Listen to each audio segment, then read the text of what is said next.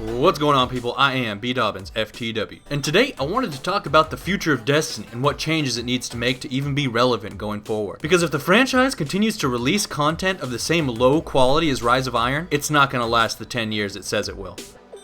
A lot of you have been asking for my thoughts on Rise of Iron, but the truth is there's not really much to say. This expansion was always just a placeholder. Destiny 2 was supposed to release this fall, but that was obviously delayed. I suspect because Bungie was coming to terms with just how poorly Destiny 1 was doing, and realized that Destiny 2 wasn't that different, and they were going to need an extra year to make it something more than another letdown. Now, I'll be honest, I didn't buy or play Rise of Iron, and this is because, based on what I was reading about it at the time, I had a pretty good idea of what it was going to be, and the lackluster reviews it got post-launch and what gameplay I saw on YouTube more or less confirmed my suspicions. Rise of Iron was more of the same. The exact same criticisms and praise that this game has seen in the past are just as applicable here. Because unlike The Taken King, this expansion didn't really change much. You know, it stuck to a formula most Destiny players are pretty familiar with at this point. Reskinned enemies, replaying a lot of areas you've already played in, and then a batch of new PvE content that players have to replay several times over to grind levels for the one bright spot, which was, as always, the raid. Right, so the description I just gave could easily have been about The Taken King or the 2 DLC packs or the base game itself, right? It's the same ordeal. There's not much to say that hasn't already been said, and this doesn't surprise me because, again, I don't think a whole lot of thought or effort went into this shit because it was so last minute. This wasn't supposed to be released. They weren't even supposed to be doing more content for Destiny 1. You know, Destiny 2 was supposed to be coming out this fall, and we know that development for Destiny 2 was already well underway when Destiny 1 released. So they took a few guys off of Destiny 2 and said, hey, throw something together so that we can remind people Destiny still exists. Now, that's not to say that, you know, this is my official review or anything. What I'm saying is that you don't need to hear a review. Just ask yourself if you enjoyed the PvE content during the first 2 years of Destiny. If you did, then you'll probably like Rise of Iron. If you didn't, then you won't. And, you know, me personally, during this time of the year, $30 on some half-assed cash grab expansion of a half-assed cash grab game, not worth it when you look at all the other sick-ass games releasing right now and all the deals you're going to see around Black Friday. Now, going forward, Bungie and Activision know Destiny needs to change. That's why they delayed the game, and that's why I suspect Harold Ryan, the Bungie CEO, got pushed out. You don't start a 10-year project as Chief Executive Officer and resign within a year unless something has gone terribly wrong and the board has lost confidence in you. They're going to be looking at feedback to determine those changes on the internet in focus groups, and so as always I would like to add my 2 cents and do what little I can to inform said feedback. The biggest problem with this game is ironically what gets talked about the least, which is lack of character or class diversity. Destiny never really had 3 classes. It had one class with a bunch of different super abilities that, excluding the Warlock Self-Revive and the Titan's Bubble Shield, basically all did the same thing. Killed a bunch of people at once. There were other little class perks, melee hits, recharge, different stuff, but most of that shit was so minor it didn't have any notable impact on your actual gameplay experience. 90% of your gameplay across each class, and regardless of what super you were using, really boiled down to the same simplistic and basically generic first-person shooter experience. Shoot, get behind cover, when a bad guy shoots back, reload, pop, back out, and shoot some more. And repeat that process until the super bullet spongy enemies are defeated. You know, this was the only real way to play, regardless of map, enemies, or difficulty setting. And this was my biggest problem with Destiny PvE. It was boring, unoriginal, and repetitive. They asked you to replay this PvE content dozens of times over when the content itself had no real replay value, because the classes and character mechanics were basic as fuck. Now, what I want you to imagine is playing through Destiny's PvE content with Overwatch characters. Just picture yourself on that first Vault of Glass raid, but this time instead of the 6 generic space soldiers with the same weapons and abilities that we see in every game these days, you have like a Mercy, an Ana, a Winston, a Reinhardt, a Genji, and a Pharah. Now, I know you might not all be familiar with Overwatch. The team composition I just described is standard across many of the games that Destiny was supposedly trying to emulate, right? You have 2 supports for healing and other stat buffs, you have 2 tanks to draw enemy aggression, and 2 DPS to do the lion's share of the killing. That's the kind of shit you see in MMOs like World of Warcraft or MOBAs like League of Legends.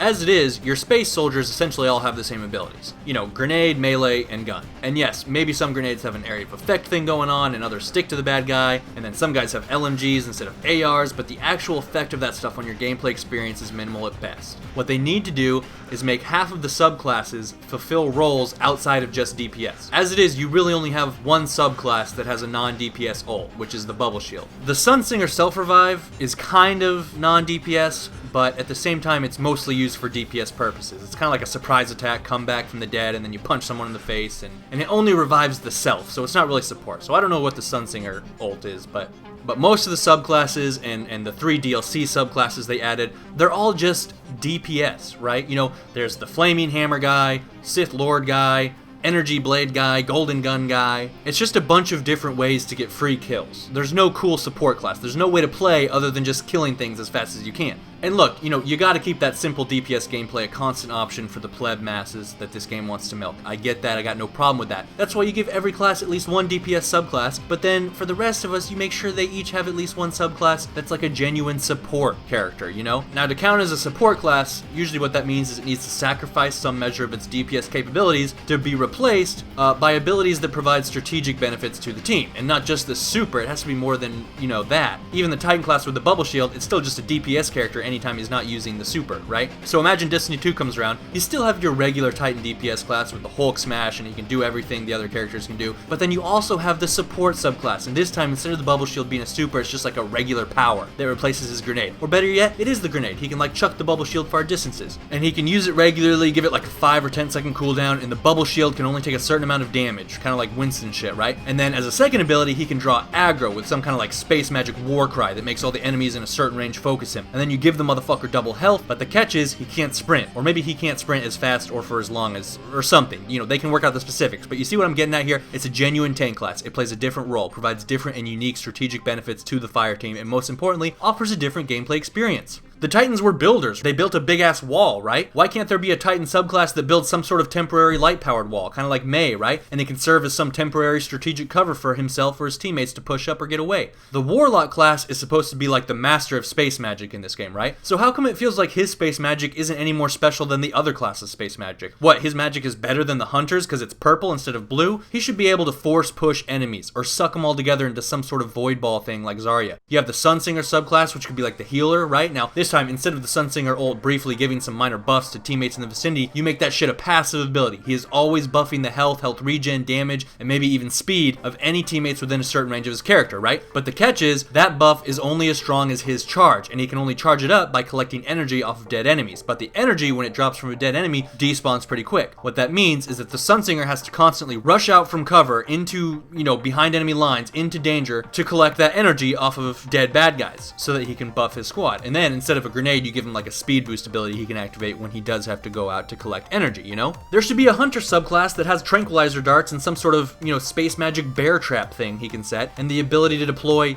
you know, some kind of bait that attracts enemies. That should be fucking obvious. I shouldn't have to tell Bungie that. They're the ones who called it a Hunter. But what about that class says Hunter to you? Golden revolvers and lightsaber katanas? If they aren't gonna give it bear traps and trank darts in Destiny 2, then they should just call it, you know, an assassin class, or better yet, generic space fighter class. You could also have a Hunter support class that, you know, could be almost identical to Ana from Overwatch, right? You give it like a wrist launcher that can shoot healing darts at teammates from any distance with cool little splash healing grenades that gives mad heals. But if you hit the enemy with it, maybe it makes it so they can't recover health, right? Till the effects wear off. So instead of a support super here or some minor stat buffs there, you have actual gameplay mechanics and strategy to play with and to strategize with. You have a whole new level of teamwork and sandbox tactics you can come up with on your own. And it doesn't have to be that complicated. I mean, Overwatch character powers aren't that complicated. Hey, here's a wall you can put up. Are people too fucking stupid to figure out how to use that? Instead of 3 or 6 guys hiding behind cover and taking turns popping out over and over again for hours at a time, you have, you know, your Warlock healer sprinting behind enemy lines with the shoddy, taking fools out, collecting energy to buff his team, but oh shit, he just took a snipe to the fucking face. 1 health, he's pinned down. In comes the Titan tank with the bubble shield, drops that shit on Sunsinger to buy some time. Hunter Ana spams heal darts into the Sunsinger, who then speed boosts the fuck out of there while the tank class draws enemy aggro with space magic shout to distract and buy time. But now he's being overrun. Warlock Wizard subclass activates force push to throw the enemies back a few meters, where the second Titan subclass walls them off. Bullet Sponge Boss spawns and all the characters lay into the weak spot, super buffed by Sunsinger, who was able to reach max charge off that encounter. The Hunter subclass deploys traps and bait to keep the little guys preoccupied while the team rips into Bullet Sponge Boss's weak point. But then an enemy heavy knight has broken through and threatens the team's safety. Hunter subclass tranks the motherfucker and everyone takes turns jerking off onto his face before the final curb stomp.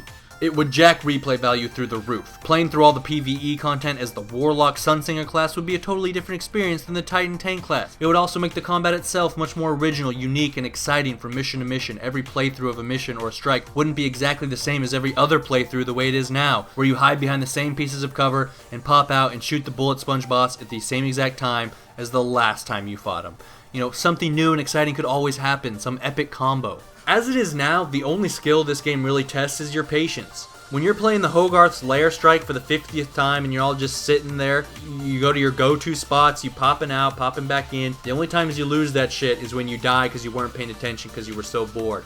And what they should do is put up some leaderboards for every piece of PvE content, you know, see who can get the highest score on each mission or strike, right? The score being determined by how fast you went through it, how much damage you took, etc., etc. Set it up with like a stars thing, 1 through 5 stars. Everyone's trying to 5-star and everybody would be trying to find the perfect team comp and strategy to get that high score for max XP or some Xbox achievement or just a high spot on the leaderboards. And it doesn't have to have as many characters as Overwatch, obviously, but make the classes actually play differently. You know, instead of the 3 DPS classes it has now, have actual support and tank classes as well. Give the support class low health and the tank high ass health. Give them unique abilities, not a different kind of grenade, but a whole different kind of attack. There's gotta be more to this experience than just pointing and shooting. Each class could have its own progression tree and its own set of unique abilities, unique toys to play with. The truth is, Destiny in its current form has been a children's game. It relies on only the most basic and generic abilities that we've seen in every FPS for the last decade. It just dresses them up real pretty, and instead of Semtex and incendiary grenades, it calls them space magic,